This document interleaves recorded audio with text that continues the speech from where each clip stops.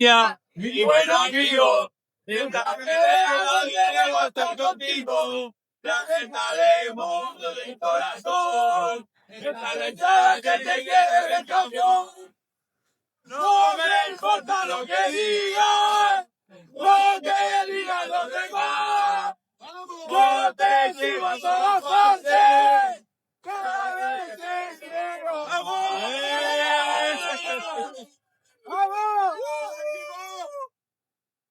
Yeah. But that mentality of like, again, we don't know how Ilia is going to come back. Everybody's mental state is different. Ilia has that prime mental state where you can go in there and talk yourself into, this is the wrong statement, but it's true. Fake it till you make it. Reported is that he had 2 broken orbital bones and a broken nose. So both his eyes were broken and his nose was broken. And Justin.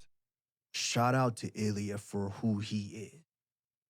Because without Ilia, that moment I don't think Justin gets there in that moment. Ilia, no te vuelvas loco cuando cruces, ¿vale? Eres mucho mejor que él. Topuria landing a remarkable 72% of his significant strikes. Oh, right hand, he hurt him. Ilia Topuria is back, and according to the latest updates, his recovery has shocked even some of the biggest names in MMA. After his brutal war with Justin Gaethje, many fans expected Topuria to take a long break from competition. The fight was physically demanding, with both fighters absorbing heavy shots, leaving questions about how quickly Topuria could return. Now, reports coming out of his camp suggest that the former champion is recovering much faster than expected. Training footage and behind-the-scenes updates show Topuria already moving comfortably, working on light drills, and gradually increasing the intensity of his workouts. This rapid progress has sparked massive excitement across the MMA community, with fans believing that Topuria could be back inside the octagon sooner than anyone predicted. Joe Rogan reportedly reacted with surprise to the speed of Topuria's recovery, pointing out that elite athletes often recover differently, but even by championship standards, this comeback appears remarkable. No te vuelvas loco cuando cruces, ¿vale? Eres mucho mejor que él. Topuria landing a remarkable 72% of his significant strikes. Oh, right hand, he hurt him. Tell the doctor he can see in the right eye. Time. Doctor, make your assessment, All please. right, Mark Goddard has now called time, giving the ringside physician a chance to make his decision. This allows Topuria more time. The doctor is saying no. Where's this doctor from? Doctor's gonna call the fight. Is this doctor from DC? Yes. Watch it. He just said something to his brother. Wow, it's almost like he's trying to not finish. They're not going to let him answer the next round. Track the referee. They're gonna stop it. Take 10. No. We finished the fight. That's the end of the fight, Mr. President. And that'll do it. That's it. Unbelievable. And new tired on his stool. Oh, that is the greatest fight, So good, Anna. Love you. Beyond anything that anybody's ever seen in sports. Biggest question now is what comes next for Topuria. With the lightweight division becoming more competitive than ever, every contender is watching closely. A healthy and motivated Topuria immediately becomes one of the most dangerous fighters in the division once again. Analysts believe his confidence remains sky high despite the damage from the Gaethje fight, and many insiders say he's already discussing future opponents with his team. Fans have begun debating dream matchups against the division's biggest names, while social media is flooded with predictions that Topuria could return before the end of the year. Joe Rogan has often praised Topuria's elite boxing, knockout power, and championship mentality, and this latest recovery update only adds to the growing belief that he isn't finished chasing greatness. Instead of slowing down after one of the toughest fights of his career, Topuria seems more determined than ever to reclaim his position at the top. In the sport. So what do you think it will take Ilia to get back to fighting again after such a loss? Ilia's he's gonna be in a good position. He has faith. He has a strong team. And that's a lot of what it takes. He has a work ethic. I think he's honest with himself. Ilia and I, we share the same agent. And we were talking about him earlier today. And what I heard was that he's humble, that he is honest. He realized that he just didn't perform well. And I think that's the number one step of getting back into the ring in a healthy way. It's the guys that make excuses. That's when it's hard to come back and win that rematch. Guys who just say, you know what, I could have did better. I could have done more. Honesty with yourself is the key to MMA. Knowing exactly who you are, what you've done, what you haven't done.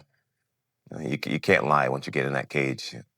what's real. As anticipation continues to build, one thing is clear. Ilia Topuria's comeback story is becoming one of the hottest topics in MMA. Every new training clip, interview, or update creates another wave of excitement among fans eager to see him compete again. If his recovery continues at this pace, the UFC could soon have another blockbuster main event on its hands. Joe Rogan's reaction reflects what much of the MMA world is thinking, that Topuria's return may happen far sooner than expected, making the lightweight division even more unpredictable. Whether it's another title run or a massive showdown against another elite contender, the countdown to Topuria's return has officially begun, and fans around the world will be watching every step of the journey. Types of things where people say things to you.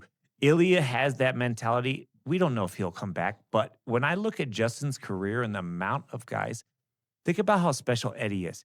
Think how special Dustin Poirier is. To be able to overcome the damage. Eddie had this knot on his face. Yeah. And he was able to overcome and come back and continue to win. He got stopped with low kicks with against Dustin, but Dustin couldn't walk for a while from the low kicks. And there's a Dustin different showed breed me of guys. his leg.